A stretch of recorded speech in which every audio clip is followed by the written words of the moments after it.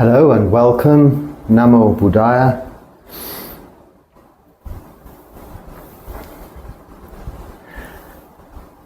It's very hot here. I think it's possibly the hottest place I've lived that I can remember. But it's also it has many trees and forests, shady areas, and there seems to be plenty of water. So I'm enjoying this beginning of the hot season, and certainly noticing a change from what was the remainder of the cold season and the remainder of the wet season.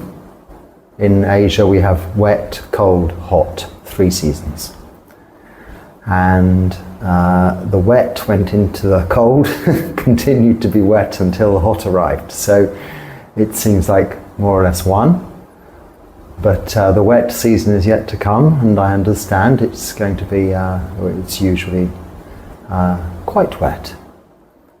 But the result of that is there's plenty of water, which is very nice. So I'm enjoying the opportunity to spend most of my time practicing, leaving the studying, the research, the thinking, the planning, and the big question of what next, leaving that aside for the time being, to experience what is actually happening here and now. It is hot. But it's just that, hot. It's bearable. It's not by any means unbearable. I have lived and experienced extremely cold, and similarly had to see it as just that, cold, extremely cold. And this is how we learn to deal with these experiences through this practice. It can be that sometimes we are in a busy and complex environment, maybe in community living, where there are many other personalities to be dealing with and give consideration to daily throughout your life in that community. And sometimes opinions may differ. Sometimes it may be very congenial, the relationships, other times less so. And similarly, we experience it as just that. We see in ourselves where problems, difficulties, or in fact more specifically where suffering, dukkha, arises. It isn't outside, it is inside. Maybe we're living with someone whom we do not have a congenial relationship with, and we feel we're putting up with them. We're practicing endurance, patience. But actually, our relationship with them is one that is the same as a relationship with someone whom we do appreciate the company of. But in both senses, in one we have aversion, in another we have liking. So we have disliking and liking. And when we can see this liking or this disliking as something arising within ourselves, then like disliking for the heat or disliking for the cold, or liking for the heat or liking for the cold, we see where it is arising. Experientially, yes, it is coming from the outside, affecting us with our senses through our sense windows and doors of seeing, hearing, smelling, tasting, touching, and most predominantly thinking. How we think about that experience. Do we think of that experience as, I don't like it, or I really like it? So I don't like it, we're trying to push it away, we're trying to get rid of it. Or we like it, so we try to grab it, hold on to it, keep it. Or can we see it less judgmentally, with less opinion, simply as just that, another experience. So my whereabouts, your whereabouts, however we are experiencing it, whether we are experiencing sheer bliss and happiness and contentment, or frustration, dissatisfaction and unhappiness, it is coming from within through our either liking or disliking of that experience. And when we see it as just that, we begin to recognize the cause of suffering. The Buddha taught there is suffering, a cause of suffering, an end of suffering, and a path leading to the end of suffering. So yes, we all know it's very common in humanity, or in samsara, as we call it in Buddhism, this endless cycle of birth and death and rebirth into this existence in this human realm or others, or we just see it as the rat race, the trap, the hamster wheel of our modern day lives, endlessly going to work, earning the money to pay the bills, to support the family, to only have to go to work, to continue this cycle until we retire, eventually to try and enjoy what we've saved up over the years, what we've struggled to pay for, only to start to become at the tail end of our lives older, less able to enjoy what we have that we've strived for so long, become sick and die. It seems all rather pointless, doesn't it? So we have to not look, we have to plan, we need to plan. It's only practical that we plan what next. But this big question of what next can cause so much less suffering if we don't have any expectations, judgments, opinions about what next. If we can really get rid of this whole question of what next, we have contentment with what is happening in this present moment, here and now. Just that. This is what we are looking for. So in these teachings from the Buddha of suffering, a cause of suffering, we can see just there, whether it's hot, cold, whether we're in a community or we're living alone, whether we like that or we don't like that it is that, and just that, it's our opinion, our desire. Even the desire not to have something we have, we call not liking or aversion, is the cause of suffering, as is the desire to have more of something we would like to enjoy. Maybe we would like to be able to go on a nice hot summer holiday whilst we're suffering a winter in a cold place. But if we were permanently living in a hot place, maybe we would want to go and have a nice winter break in a cool place. Like the story of sheep with the grass always being greener on the other side, we very often don't appreciate what we have here and now because we have expectations that in the future things will be better. But will they? Not necessarily.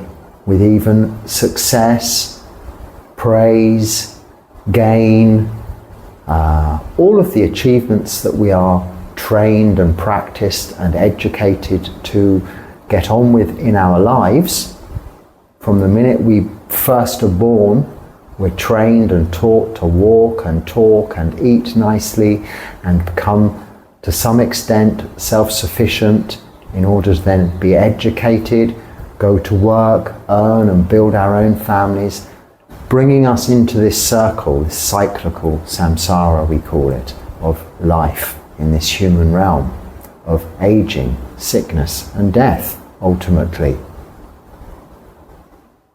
growing into more and more suffering. But it isn't all negative. This isn't a negative teaching of the Buddha. There is suffering. Because it's very much understanding where the cause of this suffering is, not being external, not temperature related or company related or liking or disliking related on the face of it, but that very opinion, that judgment that's coming from inside through ignorance, through not understanding the nature of all things, that is causing the suffering. So this is why the Buddha taught us how there is an end to this suffering and how we can experience an end to this suffering. Maybe not permanently, but we can certainly strive to reach the end of suffering within this very lifetime by following his very simple, really, teachings of the Noble Eightfold Path. Establishing firstly right view. Now this is the panya, the wisdom part of the Noble Eightfold Path, which can be divided into three categories. Sila, moral virtue, keeping 5 simple precepts whilst we go about all of our daily activities and all of our actions of body, speech and mind. If we can refrain from killing, stealing, sexual misconduct, lying and taking of intoxicants, we are what we call in Pali keeping sila. We're keeping moral precepts. That's just 5 rules, which shouldn't be too difficult to keep. And if everyone in the world kept just one of those 5 precepts, wouldn't the world be a better place? Not to even think or dream of if everybody kept all 5 precepts. This would be a considerable amount of suffering that we would instantly be relieved from. But knowing and understanding that realistically that isn't going to happen, what we can do in this very present moment, regardless of what we've done with our own past actions of body, speech and mind, this is in the past. Go to Colombo. The next one will be going that way, which will be Colombo to Gore. This is a train announcement for you. Past, what we may have done incorrectly or wrongly so, mistakes we've made through our actions of body, speech and mind, in the past cannot be undone. Now we can make amends, we can redress maybe mistakes we've made by extending our regret and apologies to anyone we may have harmed, but everything we've done is just that. It's happened, it cannot be undone, it's in the past. We are told, explained, taught by the Buddha that that is where we leave it. And rather than fretting, procrastinating, worrying about all of those things in the past, or things that have been done or said to us, leave it just where it is in the past and work now, in this present moment, on what we are doing, in line with sila. So all of our actions of body, speech and mind, in line with sila, will produce what we call good karma, or are those actions. Karma just means actions. That good karma will produce the results of karma, which we call vipaka, which generate, really, predict and direct our future. But we should not have expectations of the future. Indeed, we may have to plan.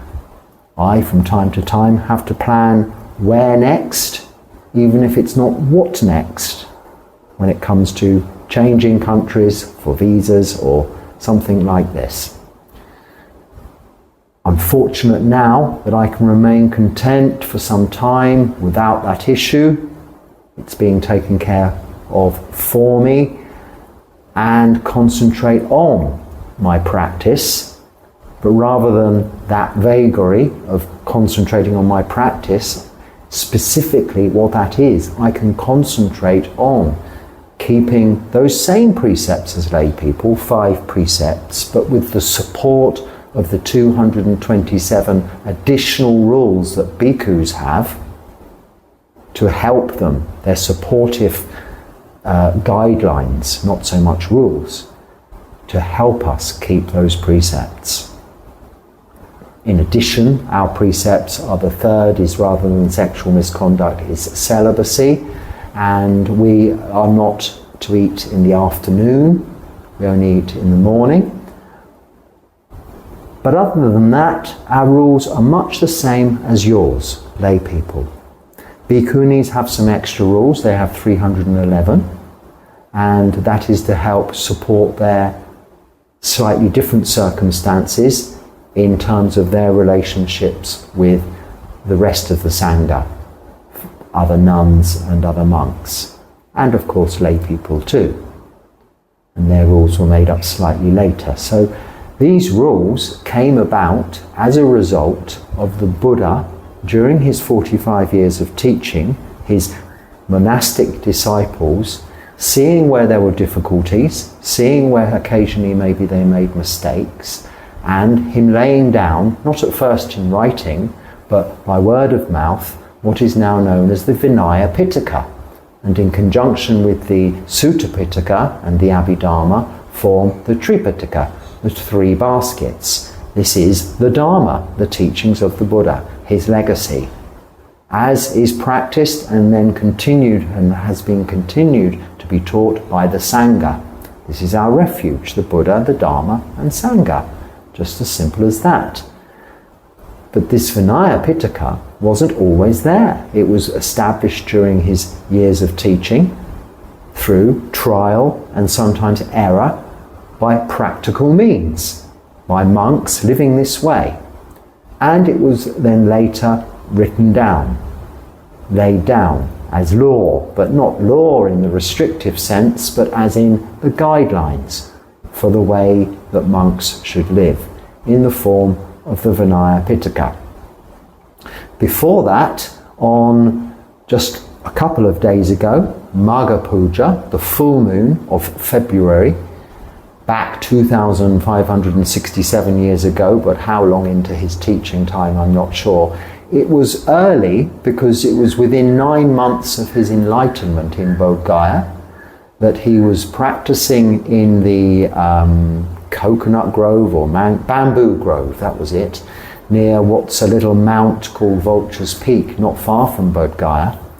And he summoned, or were summoned, they came together, his enlightened already Arahant bhikkhus, 1,250 of them, came to listen to him speak of what is now taught and repeated in a chant, the Ovada Patimokkha, which is quite simple and quite short, in which he just simply says that bhikkhus should live this life of moral restraint, developing wholesome mind states, reducing unwholesome mind states through their practice, so keeping sila.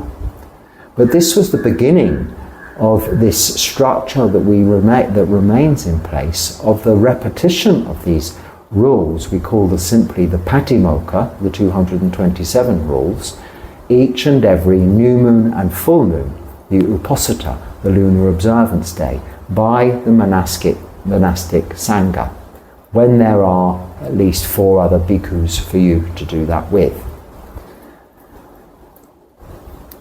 It's a significant day in the Buddhist calendar and referred to in the West as Sangha Day, because it was really the coming together of the Sangha and the establishment of that practice, the Sangha reaffirming and reminding itself of sila and how they keep sila each and every 15 days it approximately works out at.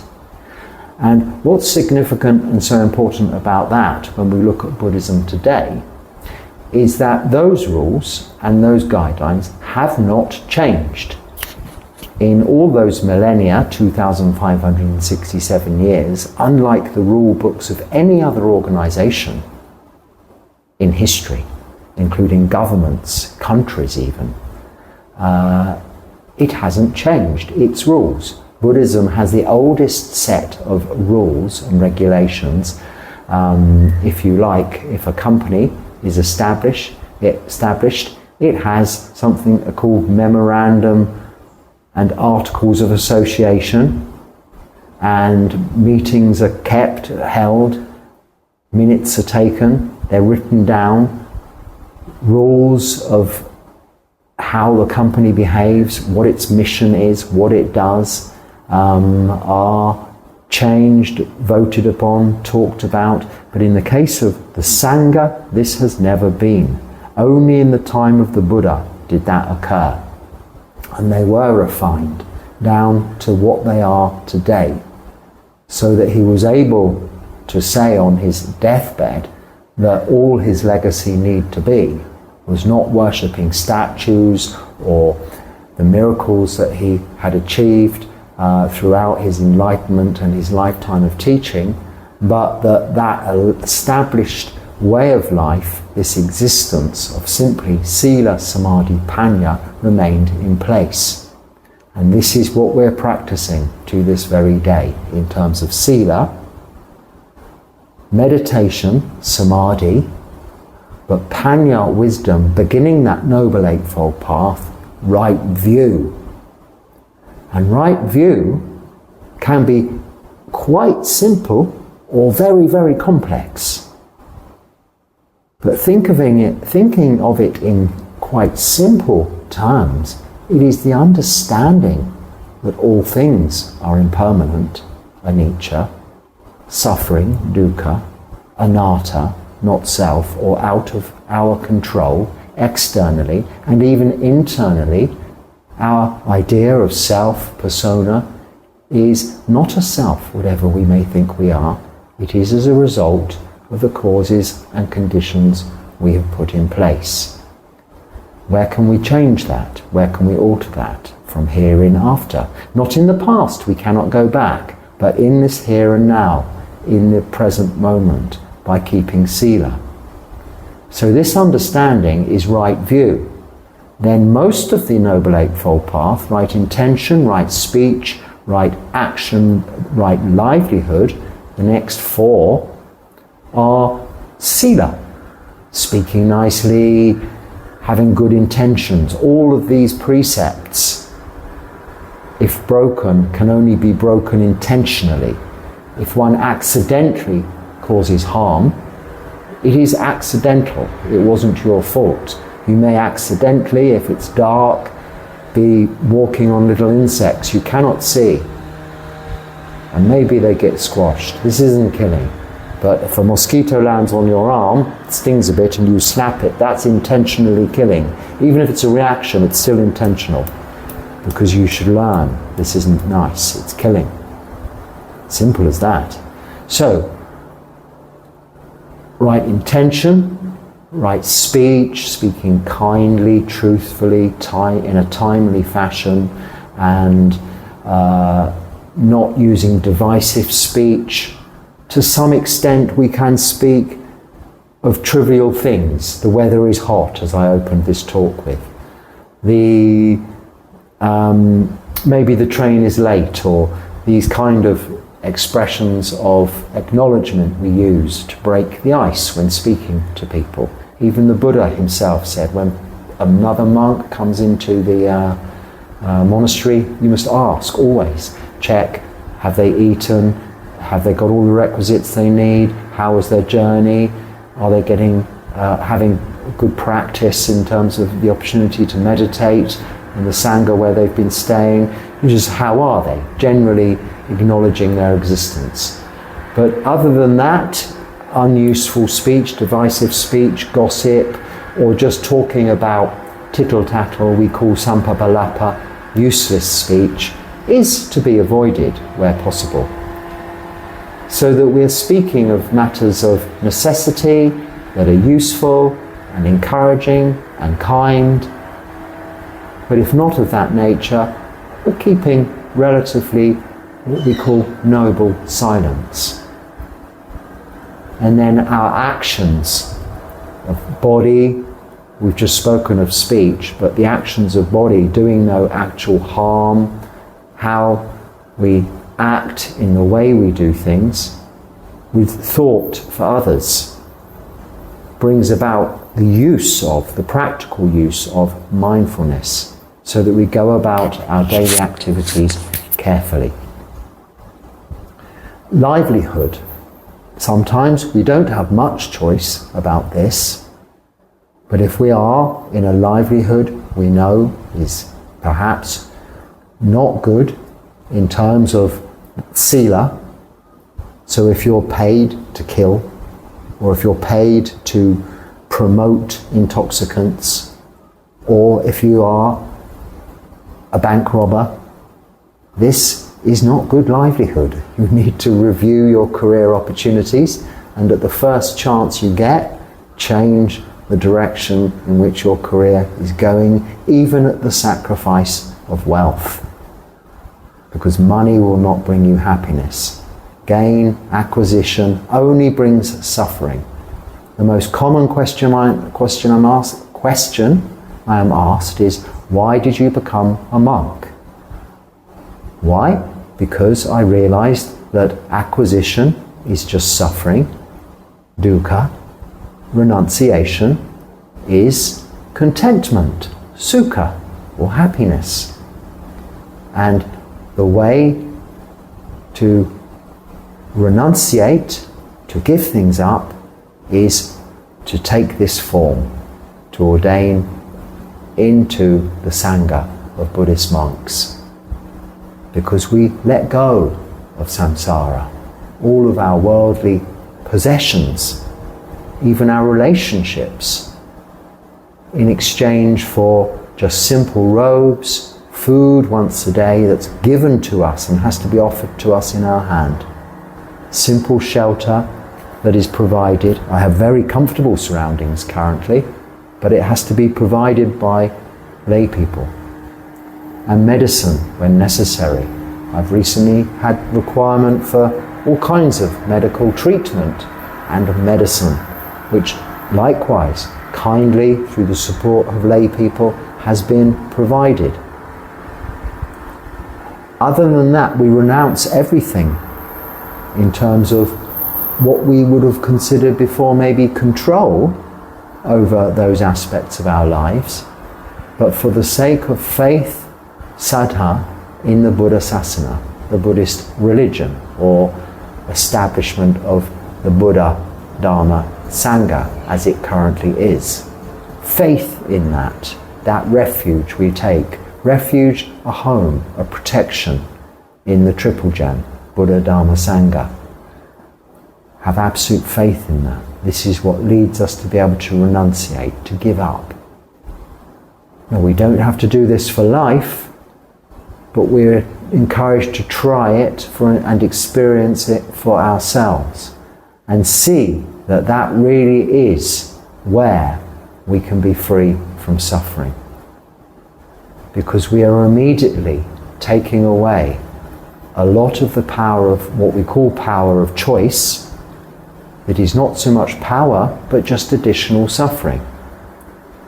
So when you don't have much choice, would you like a cup of coffee?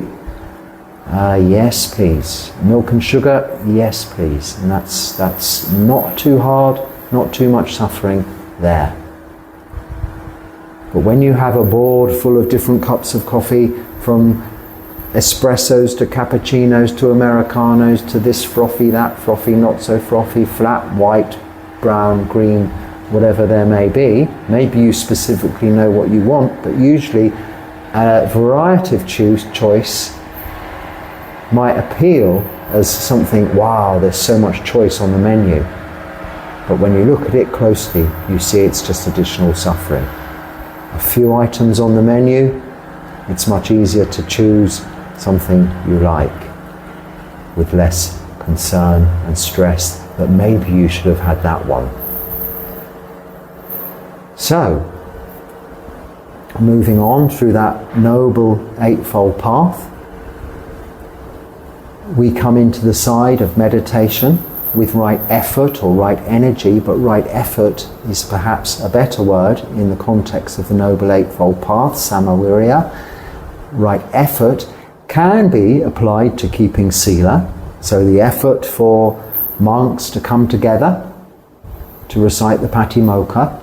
In India, I had to do this because my sangha is in India, and it was within reach, although it was a 12-hour bus drive overnight all the way to Bangalore to meet up with my monks for the recitation of the Patimokkha, only to return 12 hours overnight to where I was living on the coast each and every 15 days. It required effort, energy, determination on my part to ensure that I never missed a recitation of the Patimokkha. Here I can't do that. I'd have to go to another country, and the way they orchestrate things in the monasteries here is different, and it's even often on a different day for some reason. But I am able, because I'm alone, to perform another little ceremony, and I also have my sangha back in India at hand. I can contact them by email if necessary for any advice in respect of the sila we are to keep. So effort can be used in that way, or it can be used in terms of the effort it requires of us to keep mindfulness, sati, about us throughout all our daily activities. Being careful with all of our actions, being careful with our speech. This is also mindfulness. It's not just being aware of emotions of the mind coming, staying, passing away, or physical feelings arising, staying, passing away. It isn't just that. It isn't this seeing clearly we term vipassana. Mindfulness is everything about all of our activities of body, speech and mind. After all, that is where we're establishing karma, and the only place we can, in this present moment, with mindfulness, sati, here and now. So these last three, right effort, right sati, and right samadhi, the last, samadhi is meditation or concentration, better really described as single-pointed focus, absorption, where we are able to sit, bring our awareness to one simple meditation object and keep it there for some time, so that we become fully absorbed in that meditation object, with no thoughts of the past, concerns of the future, until such a time that even the physical feelings of our body reduce, become subtle, disappear. The thoughts of our mind become less erratic, more steady, settle, disappear. And we become able to become fully absorbed into samadhi, into the stages of this kind of absorbed meditation, into the jhanas, and further into from the physical jhanas we call rupa jhanas, into the arupa, non-physical, so mental jhanas of absolute tranquility, peace and calm. Now sometimes people, often whom are practicing well, keeping sila, doing lots of good, giving dana, generosity, maintaining all of the, building their parami, these qualities that we build throughout our life, really put samadhi aside. They say, well, I'm actually keeping a very good sila, I'm keeping mindfulness, I'm aware of the breath, I'm practicing samatha vipassana, so I have a tranquil, calm mind because I'm fully conversant and understand and know the Four Noble Truths. I know about anicca, dukkha, anatta, impermanent suffering and not self. So I'm not rocked, I'm equanimous even. I've developed metta, karuna, that's loving kindness, compassion. I have joy for others, I'm fully equanimous. I've met people like this, lay people and monks whom practice so well like that, but never sit in samadhi. It's only there with sitting in samadhi that you're completing the Noble Eightfold Path. And it is also one of the parami. So it is not number 8 because it's the least important. It's number 8 because it's the most important. The other 7 come prior to number 8 because you have to do the other 7. You have to keep sila. You have to develop and have wisdom first and keep sila to be able to sit in samadhi. If you've just killed someone or even squashed a mosquito, if you've stolen something or even just borrowed something and not put it back, however big or large, or small rather, large or small, however serious or seemingly not serious, breaking the precepts to any extent is eroding the foundations of samadhi. Samadhi has to be built on those solid foundations, the rock of sila. Then in samadhi you really clearly will see vipassana. You really will see clearly where suffering is arising from. Both from the immediate fact that if you're not inclined to sit for long because of discomfort, you will see discomfort. You will experience pain. And when will you experience it? Here and now, in the present moment, whilst you're meditating. And if you focus upon it, you will see how it passes away. Or if it doesn't, you will see that at the end of your meditation period, when you eventually move, and only then, because you should make the determination, adhitthana, not to move, until the end of the time you've determined to sit for. When you do eventually move, this pain is gone, as if by magic. So it was nothing serious. What it was trying to put you off practicing what the Buddha, after all, has told us to do, how to practice. Because it works. It is how he became enlightened. Of course, he did all the other things very well and better than any of us can. But he had to sit under the Bodhi tree in Bodh Gaya about 9 months before he met up with his monks on this Māgha Pūjā day, and sit. He made the determination he would not move until he'd become enlightened, until he experienced Nibbana. And in that time, Mara came. We see Mara as just a pain in our knee, or a pins and needles, or a numb calf, or hunger, or temptation to listen to some music, or just to get up and stop doing this. This is Mara. But he had far more aggressive forms of Mara coming into his very being of both physiology and mental, disturbing him, trying to pull him away from attaining what he was striving to attain, enlightenment at that time, by never moving from that spot until he attained to enlightenment. But he sat in this comfortable posture in the shade of a tree. He'd had some food, he'd given up his harsh tapas ascetic practices to just sit, and where he was able to see clearly through his inhalation of breath and his exhalation of breath, the clear memory of a childhood experience where he experienced contentment. Watching his father in a farming competition at some fete of some kind, sitting under the apple tree, just watching the breath and enjoying the pleasant surroundings. But going inside, he found true piti and sukha. This is rapture, physical rapture, and mental joy. And he found absorption was possible into the meditation object of the breath, which is why he teaches anapanasati, mindfulness of the breath, in the Anapanasati Sutta, and where we learn this valuable practice from. So we must do that. We must sit. If we just get up an hour early in the morning and sit for an hour or 40 minutes, or we go to sleep an hour late at night and sit for an hour or 40 minutes, preferably both, this is enough.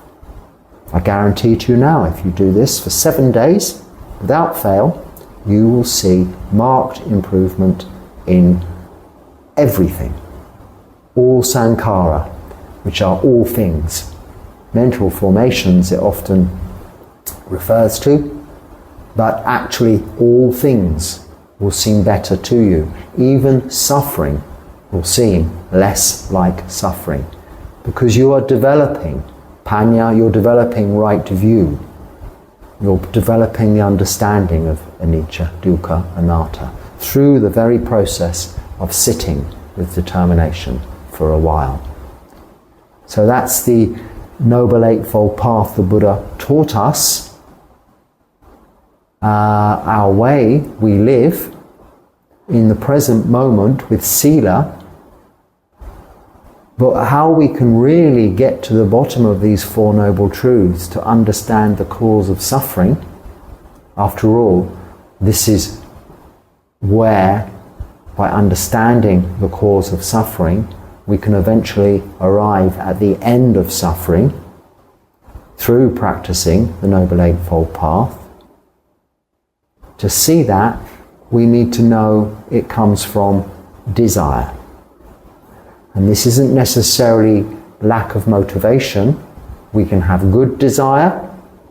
This we call chanda, or bad desire, we call tanha. The latter, tanha, is like thirst or craving, wanting more of. Whereas chanda is like the aspiration, the determination, the desire to really be able to sit and meditate twice a day or once a day. Be able to be more generous with people, be kinder to people, be able to maybe change my career path for the better of myself and all other beings. This is chanda. This can be developed. This can be a way of developing wholesome mind states. But reducing unwholesome mind states can be achieved by recognizing tanha, thirst, craving, wanting something that you just want. Plainly that. Just that.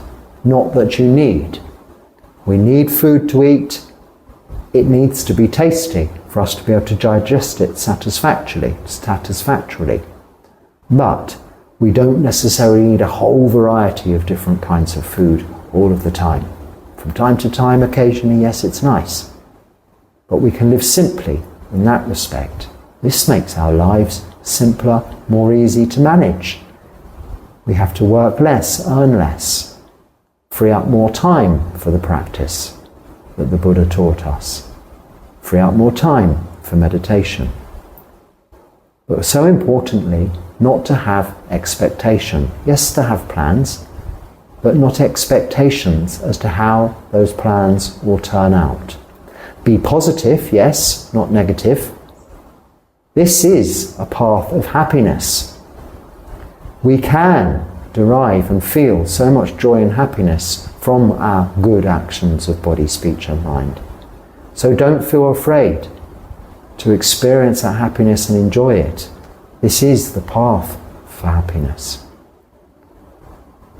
But we get to that through understanding suffering, and that suffering comes from desire and expectations. Expectations just lead to disappointment. So if you don't want to be disappointed, don't have expectations, but manage now what you can through all of your actions of body, speech and mind, in order that what will manifest within the future will be better than your expectations could have ever been.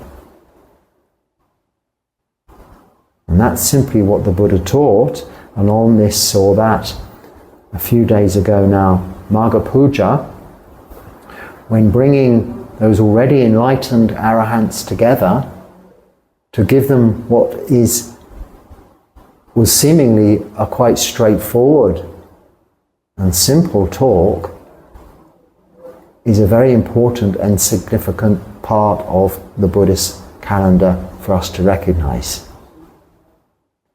And that time having passed by, I've now been here for quite a little while, I think 4 months or so, and I'm looking forward to staying here for much longer. Some sampapalapa, but just for some information for you, I still see Balala the cat every morning on Pindapat. Now she's found me. She runs up the little lane, meowing and says hello. And she's looking after her little kittens still.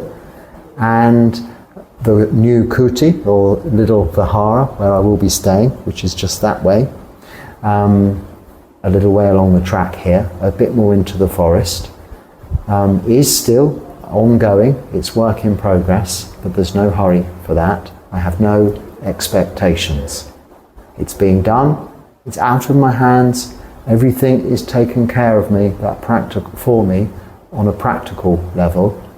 So it allows me to look after my practice without having concern for those other things. But able to share the Dharma with as many people as I can, by going on Pindapata, by seeing people here who come to visit me, by talking to you via this medium, by reading and appreciating all your wonderful comments and trying to answer some of your questions, which I will get on with in the next talk, and your emails, which are personal. I don't talk about those on here. I reply to you directly, your emails, and personally. So please continue with all of that communication. And that is what's building and has built this community of ours, of Kalyanamita, friends on the path.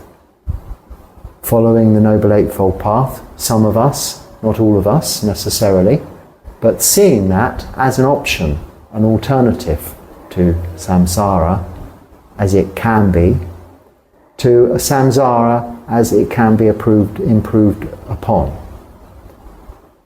So I hope there is something useful in that, and if so, that you can please use it and maybe share it with as many others as you think it would be appropriate to do so with, or if not, just let it go and don't worry about it, but maybe come back and listen again to the next talk, which will be some more of your questions and talking about your comments by way of a more informal discussion, and the nature of that will go into all kinds of areas of Dharma that we apply to our everyday activities in our lives. So I hope you can may you be happy, may you be well. Until next time, Sukhi Hotu.